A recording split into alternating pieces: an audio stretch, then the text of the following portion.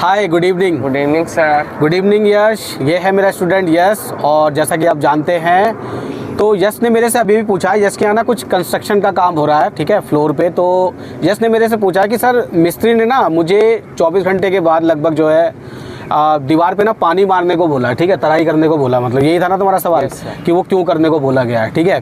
तो देखो यश, इसी तरह तराई को ना क्योरिंग बोलते हैं इंग्लिश में, ठीक है। हाँ, तो इसमें क्या होता है कि जो मसाला बनाते हैं ना, जैसे मिस्त्री जो है दीवार बनाने के लिए मटेरियल बनाते हैं, जैसे रेत मिलाते हैं, ठीक है, सीमेंट मिलाते हैं, ठीक है, वगैरह वगैरह। तो क्या होता है कि जो सीमेंट होता है ना, यश, सीमेंट जब पानी के साथ जब पानी के साथ मिलता है ना, तो वो एक प्रोसेस क्रिएट होता है वहाँ पे, उसे कहते हैं हाइड्रेशन का प्रोसेस, ठीक है। इस हाइड्रेशन के प्रोसेस में ना जो सीमेंट होता है ना, वो पानी से नमी लेके ना मजबूत होता जाता है समय के साथ साथ, ठीक है।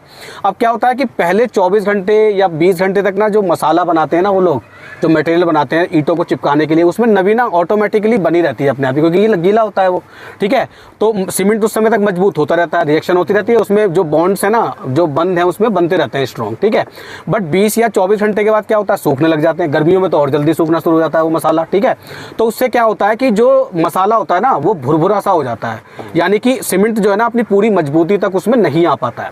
उसको मजबूत होने के लिए जो है ना कुछ समय तक, जैसे अगर मैं सर्दी से आजकल सर्दी के दिन चल रहे ना, तो जो तराई है ना कम से कम वो 6-7 दिन तक करनी चाहिए। 6 दिन तक तो कम से कम करनी चाहिए, क्योंकि इतनी धूप पड़ती नहीं है। बट गर्मियों के समय में ना जो तराई है ना वो 8 से 10 दिन तक करनी चाहिए। मतलब सामान्य दिनों में 8 से 10 दिन तक करो, और गर्मियों में तो कम से कम 2 हफ्ते तक होती है। अगर मैं बात करूं तो सितंबर और अक्टूबर के महीने में 8-10 दिन तक ठीक है तराई कर रहे हो, और लेकिन जो जुलाई का, जून का, मई का महीना होता है उसमें कम से कम 2 हफ्ते तक तराई चाहिए होती है, क्योंकि जो सीमेंट है ना वो रेत वगैरह के साथ, ईंट वगैरह के साथ जो है उसका वो ना रिएक्ट करके जो बंद बना रहा होता है, ठीक है, बॉन्ड्स बना रहा होता है। और सीमेंट को मजबूती तभी मिलती है जब उसमें नमी बनी रहे। अगर आप उसको अच्छी तरह से तराई नहीं दोगे, ठीक है, तो उसके क्रिस्टल्स जो है ना, जो सीमेंट में जो मटेरियल है वो ठीक से दीवारों के साथ नहीं चिपक पाएगा, ठीक है, रेत के साथ नहीं चिपक पाएगा। तो उसमें दीवार में क्या क्रैक्स पड़ जाएंगे, दरारें आ जाएंगी, दीवार कच्ची रह जाएगी।